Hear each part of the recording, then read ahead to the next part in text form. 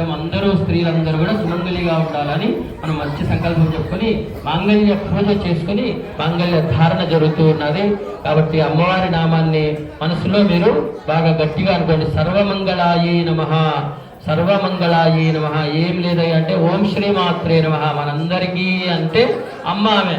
దానికి భాగవతంలో ఒక పెద్ద శ్లోకం ఉంది.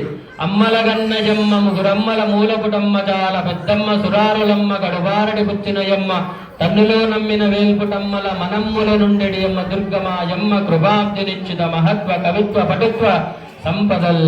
అంటే ఆ అమ్మవారిని మనము భగవన్నామము మనము లలితా సహస్రం చెప్పుకునేటప్పుడు బీజాక్షరాలు జోడించాలంట.